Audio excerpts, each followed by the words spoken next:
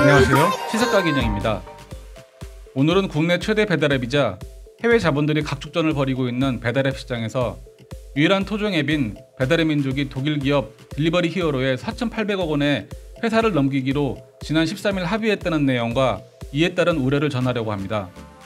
영상을 시청하기 전 구독과 좋아요 부탁드립니다. 저에게 큰 힘이 됩니다. 우한 형제들의 기업 가치는 4조 7,500억 원으로 평가되었습니다. 이에 따라 회사 지분 13%를 소유하고 있는 설립자 김봉진 대표 등 경영진들은 주식 대박으로 막대한 이익을 누릴 것으로 전망된다고 합니다.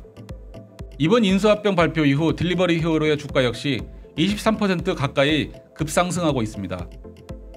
우한 형제들은 현재 국내 주요 배달앱 3사 중 점유율 55.7%로 요기요 33.5%, 배달통 10.8%에 비해 절대 과반을 차지하고 있습니다. 자본금 3천만 원의 스타트업 기업으로 2010년 설립되었으며 특히 청년들의 신성장 동력을 제시한 모델로 평가받아 정부 지원하에 성장해왔습니다. 또한 미국, 중국 등 해외 유수기업 다수가 지분에 참여하고 있습니다. 배달의 민족이란 브랜드 네임을 바탕으로 민족주의를 자극한 애국 마케팅으로 국민들이 키워준 셈입니다. 독일 베를린에 본사를 두고 있는 딜리버리 히어로는 현재 전 세계 40개 국가 28개 브랜드를 운영하고 있으며 창업 6년 만인 지난 2017년도에는 그해 상장한 유럽 IT 기업 중 가장 큰 규모로 독일 프랑크푸르트 증권거래소에 성공적으로 이름을 올린 스타트업 유니콘 기업입니다. 국내 배달앱 2위 업체인 요기요 설립에 출자한 회사이며 3위 업체인 배달통도 인수해 운영하고 있습니다. 2위와 3위 업체를 합해 배달의 민족에게 대항해보려 했지만 격차 좁히기에 실패하자 이번엔 아예 배달의 민족을 사버리기로 결정한 것입니다. 하지만 여기에는 많은 부작용들이 발생할 것으로 예상됩니다. 실제로 이 회사들을 다 합치면 국내 배달앱 시장의 점유율이 현재로서는 거의 100%로 추정됩니다.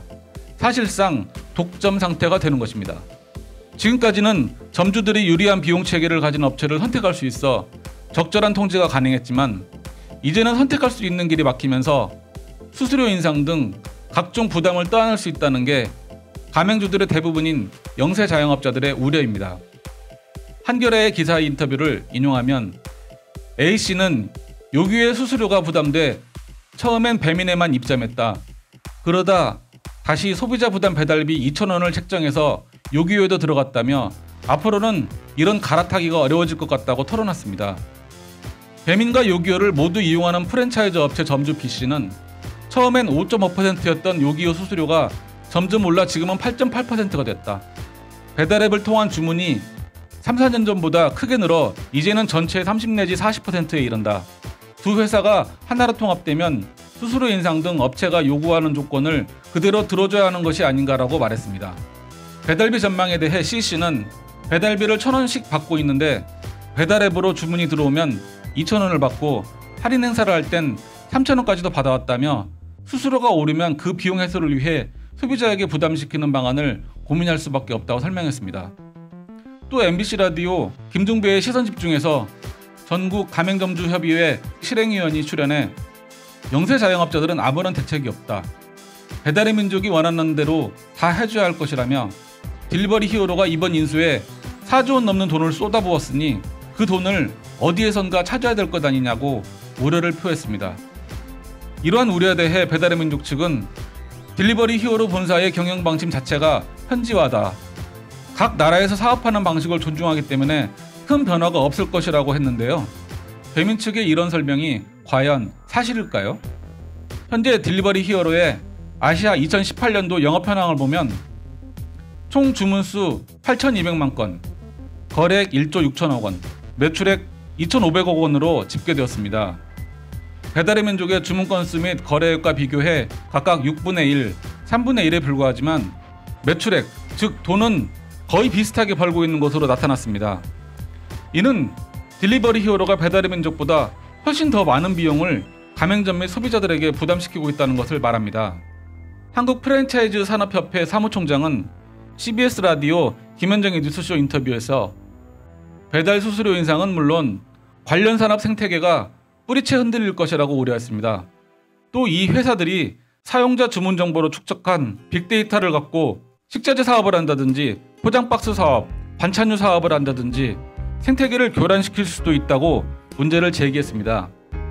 이번 임수합병에 대해 배달의 민족 측은 토종 배달앱인 배달의 민족이 배달업계 1위에 올랐지만 국내외 거대 자본의 공격을 받는다면 토종앱은 한순간에 사라질 수 있다며 이러한 위기감이 글로벌 영합권 결성의 형태로 나타난 것이라고 밝혔습니다.